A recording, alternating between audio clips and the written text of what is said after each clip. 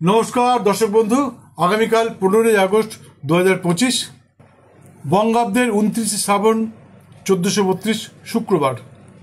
সূর্যোদয় ভোর 5টা 16 মিনিটে, সূর্যাস্ত সন্ধ্যে 6টা 6 মিনিটে। তিথি কৃষ্ণা সপ্তমী, থাকবে রাত্রি 1টা 17 মিনিট পর্যন্ত। তারপর শুরু হবে কৃষ্ণা অষ্টমী অর্থাৎ শ্রীকৃষ্ণের জন্মাষ্টমী। আগামীকাল ভারতবর্ষের 79তম স্বাধীনতা দিবস, অর্থাৎ আজ থেকে 78 বছর আগে 1947 সালের 15ই আগস্ট রাত্রে ভারতবর্ষ স্বাধীন হয়েছিল। অর্থাৎ আগামীকাল ভারতবর্ষ 79তম বৎসরে পা রাখবে স্বাধীন ভারতবর্ষের। সর্বশক্তিমান ঈশ্বরের কাছে প্রার্থনা করি পৃথিবীর প্রতিটি দেশের সাথে ভারতবর্ষের সুসম্পর্ক গড়ে উঠুক এবং ভারতবর্ষ যেন সত্যি সত্যি একদিন অর্থনৈতিক পরিকাঠামোর সর্বোচ্চ সীমায় পৌঁছে যায়। যাই হোক, আগামীকাল যে সমস্ত শিশু সন্তানের জন্ম হবে তাদের হবে মেষ রাশি, ক্ষত্রিয় বর্ণ, অশ্বিনী নক্ষত্র, দেবগণ, ঘটকজনী এবং বিংশতির মধ্যে তাদের জন্ম হবে কেতুর মহাদশায়। কিন্তু আগামীকাল সকাল 7টা 36 মিনিটের পর যাদের জন্ম হবে তাদের হবে মেষ রাশি, ক্ষত্রিয় বর্ণ, কিন্তু তাদের হবে ভরণী নক্ষত্র, নরগণ, হস্তিজনী এবং বিংশতির মধ্যে তাদের জন্ম হবে শুক্রের মহাদশায়। এদের নামের অদ্যাক্ষর যদি অ অথবা ল দিয়ে রাখা যায় তাহলে শিশুটি ভবিষ্যতে সৌভাগ্যবান তথা বংশের নাম উজ্জ্বল করে হবে, এতে কোনো সন্দেহ নেই। আগামীকালের শুভক্ষণে বিশেষ পূজাপাঠ, গবাদি পশু ক্রয় বিক্রয়, বাহন ক্রয় বিক্রয়, বাণিজ্য আরম্ভ, ধান্যচ্ছেদন ইত্যাদি অনুষ্ঠান সম্পন্ন করতে পারেন।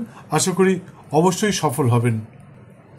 মনে রাখবেন, শুভদিন সকলের জন্য এক হলেও শুভক্ষণটা সকলের জন্য এক হয় না। তাই শুভক্ষণটা জানবার জন্য স্ক্রিনে দেওয়া নাম্বার একটি ফোন করে চলে আসুন, অবশ্যই বলবো। আর একটি কথা বন্ধু, অনুসন্ধানকালে আমি লক্ষ্য করেছি পৃথিবীর প্রতিটি মানুষ চান তার সন্তান সৌভাগ্যবান, আজ্ঞাকারী এবং বংশের নাম উজ্জ্বলকারী হোক।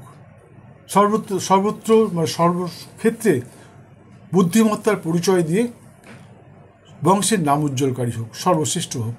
কিন্তু বেশিরভাগ ক্ষেত্রেই মানুষের সেই আশা পূর্ণ হয় না। কেন হয় না? আমরা কিন্তু সিজারিয়ান বেবি করি, বর্তমানে কিন্তু বেশিরভাগ প্ল্যানিং সিজার হয়।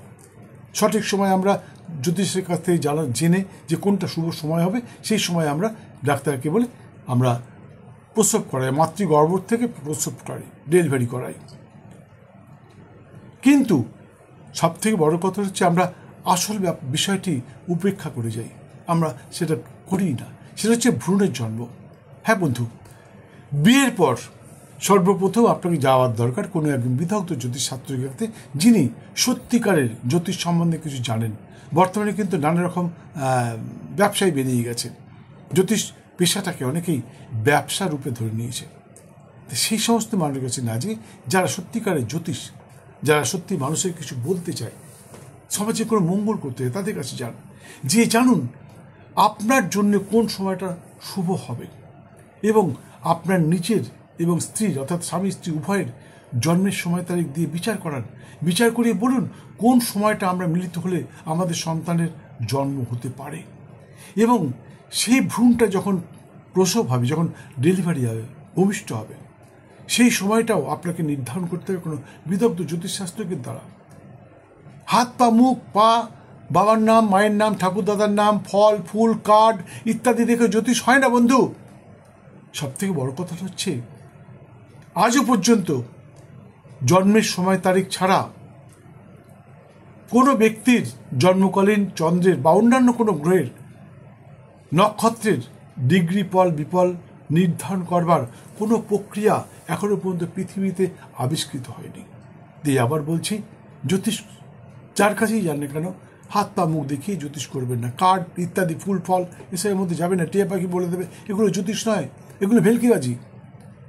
তাই জ্যোতিষ জানবার জন্যে আপনি আপনার নিজের জন্মের সময় তারিখ দিয়ে কোনো ব্যক্তির কাছে যান, যিনি আপনাকে সঠিক বিচার করে অঙ্কশাস্ত্র, জ্যোতিষটা একটা অঙ্কশাস্ত্র, ডাক্তার বলে দেবে এবং সঠিক সময় ভ্রূণের জন্মদিন আর সঠিক সময় আপনার শিশু সন্তানটিকে ডেলিভারি করান, প্রসব করান ডাক্তারের দ্বারা, সিজার করে। সুস্থ থাকুন, ভালো থাকুন, দিনটা আপনার খুব ভালো যাক। জয় বাংলা।